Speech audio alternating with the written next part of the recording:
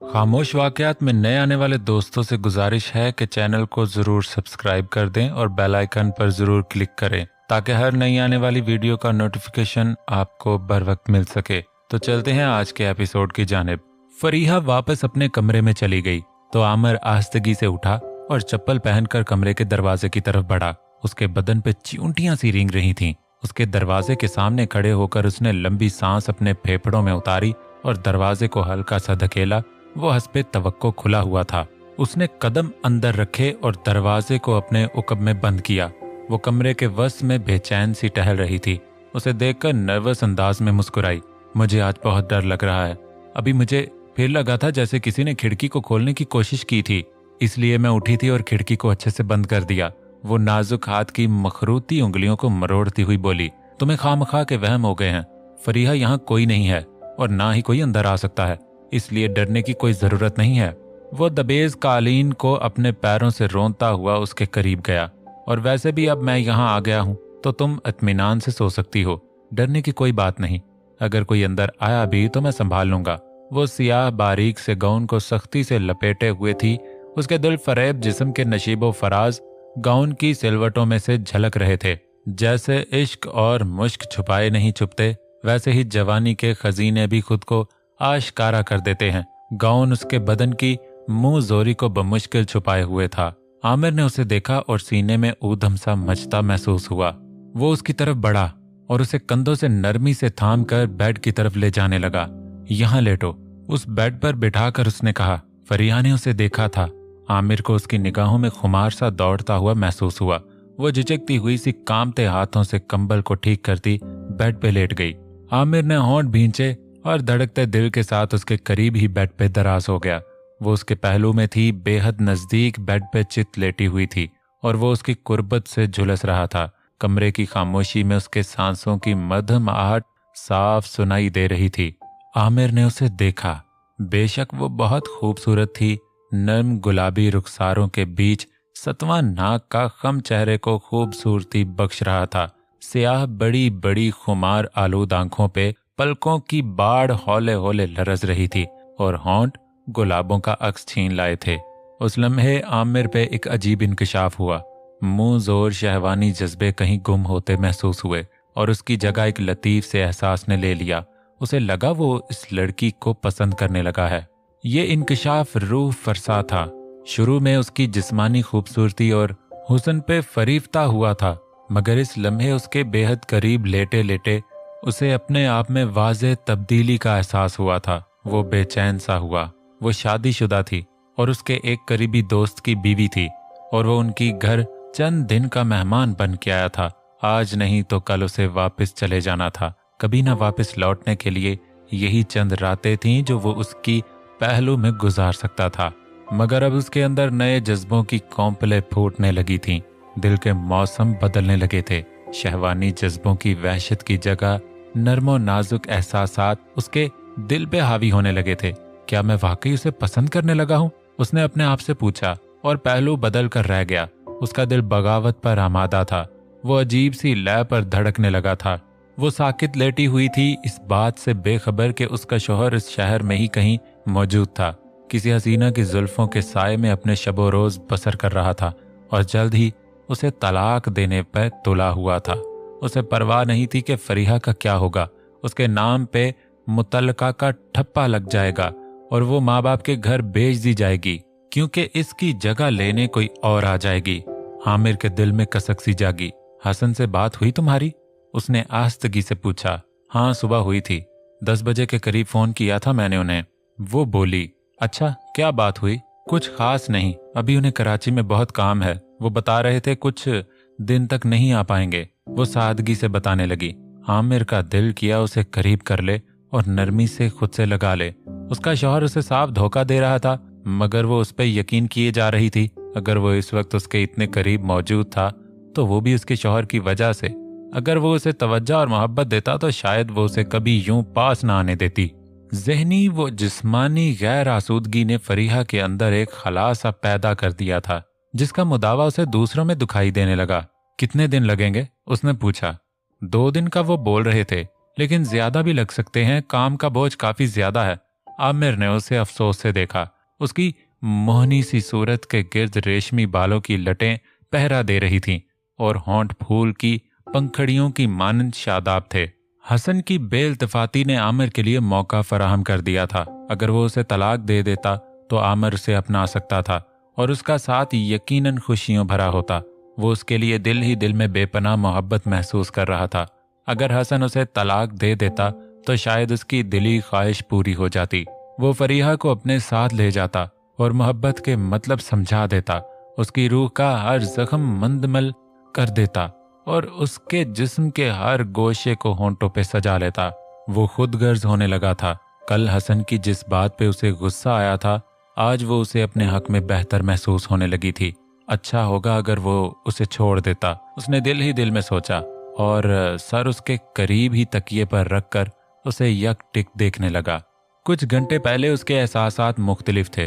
वो उसे हासिल करना चाहता था, उसके जिस्म को अपनी दस्तरस में देखना चाहता था, ऐशो निशात का ख्वाहा था, मगर अब उसकी काया पलट गई थी। वो उसके करीब लेटा था मगर शहवानी जज्बे पसे पुष्ट चले गए थे। वो अब भी उसके चेहरे पे होंठों से दस्तक देना चाहता था, मगर शायद उसके पीछे वहशत की जगह उल्फत की नरमी होती, हैवानी जज्बों की जगह मोहब्बत का एहसास होता। वो नींद की वादियों में जा ठहरी। वो उसे सोते हुए देखता रहा। आमिर 8 बजे के करीब ही घर से निकल आया था। फरीहा तब सो रही थी। वो हसन की कार लेकर निकला था और ड्राइव करता हुआ एक 3 मंजिला होटल के अहाते में जा रुका और डाइनिंग हॉल में जाकर नाश्ते का ऑर्डर दिया। ये वही होटल था जिसमें कल वो हसन से मिला था और उनकी गुफ्तगू हुई थी। उसने फोन निकालकर हसन को कॉल मिलाई। घंटी जाती रही मगर कॉल रिसीव नहीं की गई। कई बार कोशिश करने के बाद उसने झुंझलाकर फोन रखा और नाश्ता करने लगा। उसके दिमाग में कई तरह के ख्यालात के झकड़ चल रहे थे। उसे पापा ने इस्लामाबाद से प्लॉट का कजिया हल करने के लिए भेजा था और वो किन मामलात में फंस गया था। मुड़कर घर राब्ता ही नहीं किया था। वो फरीहा के लिए दिल में अजीब से जज्बे हलकोरे लेते हुए महसूस कर रहा था। रातों रात उसके दिल की दुनिया बदल गई थी। वो रात को बहुत देर उसके कमरे में रहा था और न जाने कब अपने रूम में आके उसके बारे में सोचते सोचते सो गया था। वो समझ नहीं पा रहा था कि ये फकत हमदर्दी का जज्बा था या वाकई उसका दिल हरजाई हो गया था। नाश्ता खत्म करके उसने बिल अदा किया और काउंटर की तरफ बढ़ा। काउंटर के पीछे एक चाको चौबंद सा क्लर्क बैठा हुआ था। आमिर को करीब आते देखकर उसने सवालिया अंदाज में उसे देखा। यहाँ कोई हसन फारूक साहब ठहरे हुए हैं? उसने कोहनी काउंटर के शीशे पे टिकाकर हसन के बारे में इस्तफसार किया था। क्लर्क मुस्तैदी से सामने रखे कंप्यूटर की तरफ मुतवज्जे हो गया। जी हाँ, हसन फारूक कमरा नंबर 245 में ठहरे हुए हैं, उसने कहा। उसका कमरा दूसरे फ्लोर पे था। आमिर ने क्लर्क का शुक्रिया अदा किया और लिफ्ट की तरफ बढ़ा। 1 मिनट सर, क्लर्क ने उसे पुकारा था। हाँ बोलो। वो पलटा। अगर आप हसन फारूक साहब से मिलना चाहते हैं तो मैं माजरत से कहना चाहता हूँ, आप उनसे इस वक्त नहीं मिल सकते। आमिर ने भवें उचका के उसे देखा। क्यों? उन्होंने सख्ती से मना किया है सर, कोई भी उनके कमरे की तरफ ना जाए। वो मेरा दोस्त है और मुझे उससे अभी मिलना है। आमिर ने सख्त लहजे में कहा। सॉरी सर, हम आपको ऊपर नहीं जाने दे सकते। हम अपने क्लाइंट्स की प्राइवेसी का ख्याल रखने के पाबंद हैं। वो टस से मस नहीं हो रहा था। आमिर ने बुरा सा मुंह बनाकर उसे देखा और हसन को दिल ही दिल में गालियां देता बाहर आ गया। यकीनन वो रात भर के रुत जगह के बाद बदमस्त होकर सोया था और सोने से पहले होटल स्टाफ को डिस्टर्ब करने से मना कर दिया था। ये भी हो सकता था कि उसे आमिर के आने का अंदेशा पहले से हो और उसने उसके सदेबाब किया हो। गाड़ी में चंद लम्हे बैठने के बाद उसने असलम रहमानी प्रॉपर्टी डीलर का नंबर डायल किया और फोन कान से लगा दिया। कुछ सेकंड बाद कॉल रिसीव की गई थी और एक खुरखुराती हुई मर्दाना आवाज सुनाई दी। आमिर ने आवाज से बोलने वाले की उम्र का तायन 40 से 45 के दरमियान किया था। जी असलम रहमानी बोल रहा हूँ।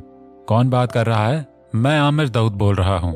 रहमानी साहब, इस्लामाबाद से आया हूँ, उम्मीद है आपने पहचान लिया होगा, उसने ठहरे हुए अंदाज में कहा। दूसरी तरफ चंद लम्हे खामोशी तारी रही। जी कैसे याद किया आपने इस खादिम को? रहमानी की आवाज आई थी। प्लाट का जो मामला उलझ गया था उसे सुलझाने आया हूँ रहमानी साहब, आमिर ने कहा।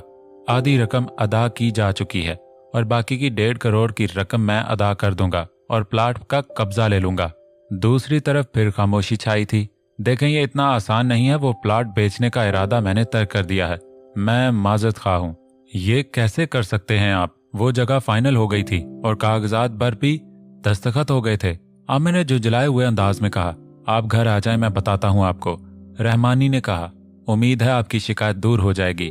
ठीक है, मैं आता हूं, आमिर ने कहा और कॉल काट कर गाड़ी स्टार्ट कर दी। उसका रुख वापस उस बंगले की तरफ था जिसके अंदर वो कई दिन पहले गया था और की होल से एक कमरे में झांका था जहां असलम रहमानी की जवान साली बीवी किसी के साथ दाद ऐश दे रही थी। रहमानी के बंगले के मेन गेट पे आकर उसने हॉर्न दिया और गेट खोलने पर गाड़ी अंदर ले आया। सुबह के 10 बजने लगे थे। असलम रहमानी ने कारोबारी खुश अखलाकी से उसका इस्तकबाल किया था और उसे लेकर ड्राइंग रूम में आ गया। जी आमिर साहब, क्या लेंगे आप, चाय या कुछ और? वो मुस्कुरा कर बोला, शुक्रिया, लेकिन मैंने कुछ देर पहले ही नाश्ता किया है। आमिर ने कहा, नहीं, अब आप आए हैं तो कुछ आदाब मेज़बानी हमें भी तो निभाने दीजिए। वो बोला और बेतकल्लुफी से अपनी बीवी को पुकारा था। बेगम, कहाँ हो भाई, मेहमान आए हैं, कुछ चाय पानी पिला दो। आमिर ने उसे मना करना चाहा मगर उसने फिर अपनी बीवी को पुकारा था। उस लम्हे एक दरवाजे से एक बेहद खूबसूरत जवान औरत उलझे बालों को समेटती हुई बाहर आई। आमिर की निगाहें उसकी तरफ उठीं और पलटना भूल गईं। वो फरीदा थी। उसे कल ही उसने हसन के साथ गाड़ी में जाते हुए देखा था और उसे चंद दिन पहले उसी कोठी के एक कमरे में किसी सुहेल नामी मर्द के साथ जिस्म की पहेलियां बूझते हुए देखा था। तब वो उसकी बरहन्ना पुश्त और उसके बिखरे बाल ही देख पाया था जो उसकी पुश्त से होते हुए कमर के निचले हिस्सों तक आ गए थे और उसकी पर्दा पोशी कर रहे थे। कल उसे गाड़ी में देखकर आमिर को लगा था कि वो इन बालों को कहीं देख चुका है। उस वक्त हर चीज वाजे हो गई थी। वो उसके सामने मुजस्सम खड़ी थी। ये फरीदा थी, असलम रहमानी की बीवी, हसन की महबूबा और सुहेल नामी किसी मर्द की शायद दाश्ता थी।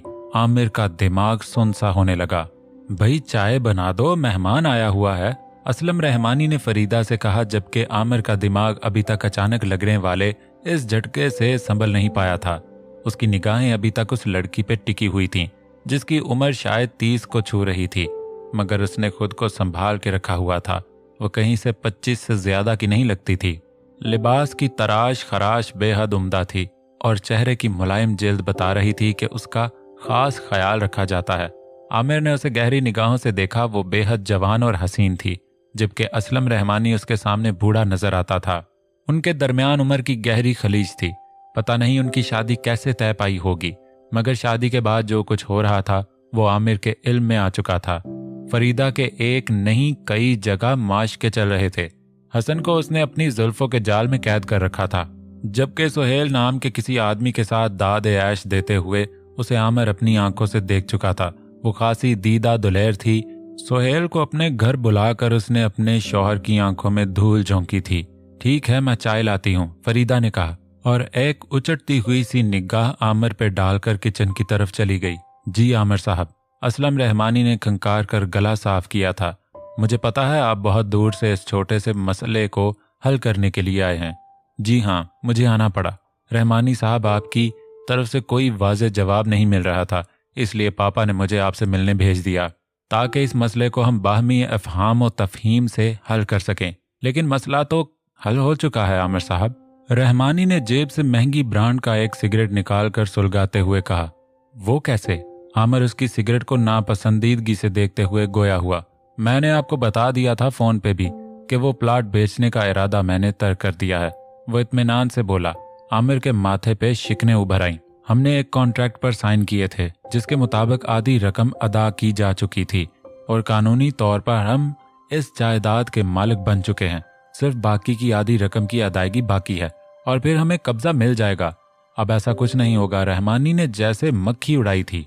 जिस माहदे पर हमने दस्तखत किए थे वो मेरे पास है, जिसे मैं जाया कर दूंगा, और आप लोगों ने जो रकम अदा की थी वो भी कुछ अरसे में आपको मिल जाएगी। अभी मेरे पास मौजूद नहीं है, उसने सिगरेट के धुएं के मरगोले हवा में छोड़ते हुए कहा और आमिर को देखकर मुस्कुराया। ये वादा की खिलाफ वर्जी है। आमिर के हाथ सोफे के हत्थे पर सख्ती से जमे थे। इस अयार आदमी पर गुस्सा आ रहा था जो अपने अल्फाज से मुकर रहा था। बात सिर्फ प्लाट की नहीं थी, वो जगह उसके पापा के एक दोस्त की थी जिसे रहमानी ने खरीद लिया था। पापा उसमें पहले से दिलचस्पी रखते थे। रावी रोड की ये लोकेशन उन्हें बहुत पसंद थी। वादा खिलाफी नहीं आमिर साहब, वो जगह मेरी है, मैं जिसे चाहे दूं। आप छोड़े चाय पिएं, उसने कहा। फरीदा चाय की लवाजमात भरी ट्राली धकेलती हुई अंदर आई थी और बर्तन मेज पे रखने लगी। ये वादा खिलाफी ही है रहमानी साहब, कानूनी तौर पर हम ही इसके मालिक हैं, उसने तल्खी से कहा। उसका चाय पीने का बिल्कुल दिल नहीं था, लेकिन कानून को हमारे माहदे का नहीं पता ना। अभी हमने उस कॉन्ट्रैक्ट की रजिस्ट्री अदालत में जमा नहीं कराई, उसे मैं आज जाया कर दूंगा। आप चाय पिए, उसने कहा, मगर आमिर उठ खड़ा हुआ। फरीदा वापस एक दरवाजे की ओट में गायब हो चुकी थी। नहीं, मैं जा रहा हूं, आप मेरी बात पर फिर से गौर करें, मैं बाद में कॉल करूंगा। मैंने काफी गौर करने के बाद ये माहदा खत्म करने का सोचा है, रहमानी बोला। लेकिन आप चाय तो पीते जाएं, मुझे अपनी खिदमत से यूं महरूम तो ना करें। उसने खोखली मेहमान नवाजी का मुजाहरा करना चाहा, लेकिन आमिर बाहर जाने के लिए पर तोल रहा था। उसके इसरार के बावजूद वो बाहर निकल आया और गाड़ी स्टार्ट करके रोड पर आ गया। रहमानी से मिलकर उसकी तबीयत बदमजा हो गई थी। वो हर सूरत प्लाट के डॉक्यूमेंट्स लेना चाहता था, वो इनकी प्रॉपर्टी थी। वो यहाँ प्लाट का मामला निपटाने आया था, मगर एक और राज से पर्दाफाश हो गया था। फरीदा को रहमानी की बीवी के रूप में देखकर उसे हैरत का धचका लगा था। वो जो कई कश्तियों की मुसाफिर बनी हुई थी, सबसे अहम बात यह थी, हसन उस लड़की से शादी करना चाहता था। वो मुस्तकबिल के लिए मंसूबे बना चुका था। होटल की लॉबी में उसने आमिर को साफ अल्फाज में बता दिया था कि वो फरीदा से शादी करेगा और फरीहा को छोड़ देगा। अगर वो हसन को फरीदा की हकीकत बता दे तो शायद वो फरीदा पे लानत भेज देगा। आमिर ने सोचा, हो सकता है फरीदा की हकीकत जानने के बाद वो फरीहा को छोड़ने का इरादा भी तर्क कर देता। वो गाड़ी को कुशादा सड़कों पे दौड़ाते हुए सोचता रहा। उसके जहन में एक मंसूबा पिनपने लगा था। लंच से जरा पहले वो घर आ गया। फरीहा ड्राइंग रूम में सोफे पे दोनों पांव ऊपर किए बैठी टीवी देख रही थी। कोई सिंगिंग शो था जिसकी आवाज कमरे में गूंज रही थी। उसे आते देखकर वो मुस्कुराई और टीवी की आवाज आहिस्ता कर दी। वो उसके करीब आ बैठा और एक कुशन गोद में रखते हुए उसे देखा। क्या हो रहा है? कुछ नहीं, टीवी देख रही थी। सुबह से घर के काम निपटाती रही, सफाई की, बर्तन धोए, खाना बनाया और अब फ्री होके टीवी देखने बैठ गई। वो दिन भर की मसरूफियात गिनवाने लगी। आमिर दिलचस्पी से सुनता रहा। गंदमी रंग के सादा से सूट में वो हस्बे मामूल बहुत प्यारी लग रही थी। बाल जूड़े की सूरत में पुश्त पे थे। चेहरा मेकअप से आरी होने के बावजूद निखरा हुआ था। चुस्त सी कमीज बदन की उठान को थामे हुई थी। आपका काम हुआ कि नहीं? काम अभी नहीं हुआ, लेकिन हो जाएगा, आमिर ने यकीन से कहा। अगरचे रहमानी से मुलाकात हौसला शिकन थी, मगर उसे यकीन था वो उसे अपने डॉक्यूमेंट्स निकलवा लेगा, चाहे उसके लिए उंगली टेढ़ी ही क्यों न करनी पड़े। अच्छा, आपने लंच नहीं किया होगा, मैं आपके लिए खाना लगा देती हूँ। वो सोफे पर से उठी और नाजुक पैर स्याह चप्पलों में उड़सती हुई किचन की तरफ बढ़ी। वो उसके पीछे आया और टैप से हाथ धोए। तब तक फरीहा ने टेबल पर कई बर्तन सजा लिए थे और खाना प्लेटों में डालने लगी थी। खाने की खुशबू फैली थी। आमिर की भूख चमक उठी। वो कुर्सी खींच कर बैठ गया। तुम नहीं खाओगी? नहीं, मेरा दिल नहीं कर रहा खाने को, वो उदास सी बोली। क्यों, क्या हुआ है? वो चौंका। वैसे ही दिल नहीं कर रहा, आप खाएं। ऐसे नहीं चलेगा फरीहा, चलो आओ यहाँ और खाना खाओ मेरे साथ, वो उसे देखकर बोला, जो टेबल की दूसरी तरफ कुर्सी की पुश्त पे हाथ रखे खड़ी हुई थी। हसन से बात हुई तुम्हारी? नहीं, वो सर झुकाकर बोली। आमिर के दिल पे चिरका सा लगा। वो शायद अपने शौहर को मिस कर रही थी और उसके राब्ता न करने पे उदास थी। उसे अपनी भूख गायब होती हुई महसूस हुई। तुम उससे बात कर लो ना, कहीं मसरूफ होगा, वो काम के सिलसिले में तभी राब्ता नहीं कर पाया होगा, तुम कॉल कर लो, वो उसका दिल रखने के लिए बोला। खुद उसके दिल की हालत अजीब हो रही थी। ठीक है, करती हूँ। वो अपने रूम की तरफ चली गई। वो साकित सा कुर्सी पे बैठा रहा और अपने सामने पड़े खाने की प्लेटों को देखता रहा, मगर भूख मर गई थी। कई बार भूख का सीधा सा ताल्लुक हमारे एहसासात से होता है। गम और उदासी के लम्हों में भूख खत्म हो जाती है। उस पे भी अचानक से कनूतियत सी तारी होने लगी। ये ख्याल उसके लिए तकलीफ दे था कि फरीहा हसन को मिस कर रही थी। चंद लम्हों बाद वो फोन कान से लगाए अंदर आई। जी, वो यहीं मौजूद हैं, आप बात करें उनसे। टेबल के करीब आकर उसने फोन आमिर की तरफ बढ़ाया था। जैसे उसने बुझे दिल से थाम लिया। कैसे हो? हसन ने कहा था। आमिर को उसकी आवाज अच्छी नहीं लगी। खैरियत से हूँ, तुम सुनाओ, कितने दिन रह गए हैं तुम्हारे कराची में? वो फरीहा को सुनाने के लिए बोला, जो कुछ बर्तन सिंक में डाल रही थी और करीब ही मौजूद थी। हसन कह कहा लगा के हंसा था। एक ही दिन रह गया है, कल पहली फ्लाइट से आ जाऊंगा। ठीक है, मैं तुम्हें एयरपोर्ट पे लेने आ जाऊंगा। उसने दांत पीसते हुए कहा। उसने कहा उस लम्हे फरीहा किसी काम से बाहर चली गई। उसके जाते ही आमिर ने उसे दबी आवाज में गाली दी थी। कहाँ अय्याशियां कर रहे हो तुम? मुझे तुमसे अभी मिलना है, वरना अभी फरीहा के सामने तुम्हारा कच्चा चट्टा खोल के रखता हूँ। अभी ना बताओ उसे, मैं बाद में खुद ही बता दूंगा। उसने ढिठाई से कहा। बकवास ना करो, कहाँ हो इस वक्त? मुझे तुमसे मिलना है। सुबह भी मैं होटल आया था, तुम स्टाफ को डिस्टर्ब करने से मना करके गए थे। उन्होंने मुझे तुम्हारे कमरे की तरफ आने नहीं दिया। यार शाम से पहले वहीं आ जाओ। उसने कहा। ठीक है, आमिर बोला और फोन बंद कर दिया। इस लम्हे फरीहा अंदर आई। अब वो कदरे पुरसकून लग रही थी। वो कुर्सी खींचकर उसके सामने ही बैठ गई। खाना खाए ना, ठंडा हो रहा है, वो बोली और अपने लिए प्लेट में खाना डालने लगी। कुछ देर पहले वो कुछ भी खाने से इनकार कर रही थी, मगर अब टेबल पे आ बैठी थी और ये शौहर से बात करने के बाद हुआ था। आमिर ने बुझे दिल के साथ खाना शुरू किया। हर लुकमा उसे गले में अटकता हुआ महसूस हो रहा था। चंद लुकमे जहर मार करने के बाद उसकी हिम्मत जवाब दे गई और वो उसके सामने से उठ गया। वो रग़बत से खा रही थी। खाए ना, इतनी जल्दी उठ गए आप? वो हैरान हुई थी। हाँ, बस इतना ही काफी है। वो उसे देखकर अनजानी सी अज़ियत महसूस कर रहा था। हसन का सलूक पहले भी फरीहा से अच्छा नहीं रहा होगा, मगर वो उसके एक फोन कॉल से मुतमईन हो गई थी। उसका दिल खून हुआ।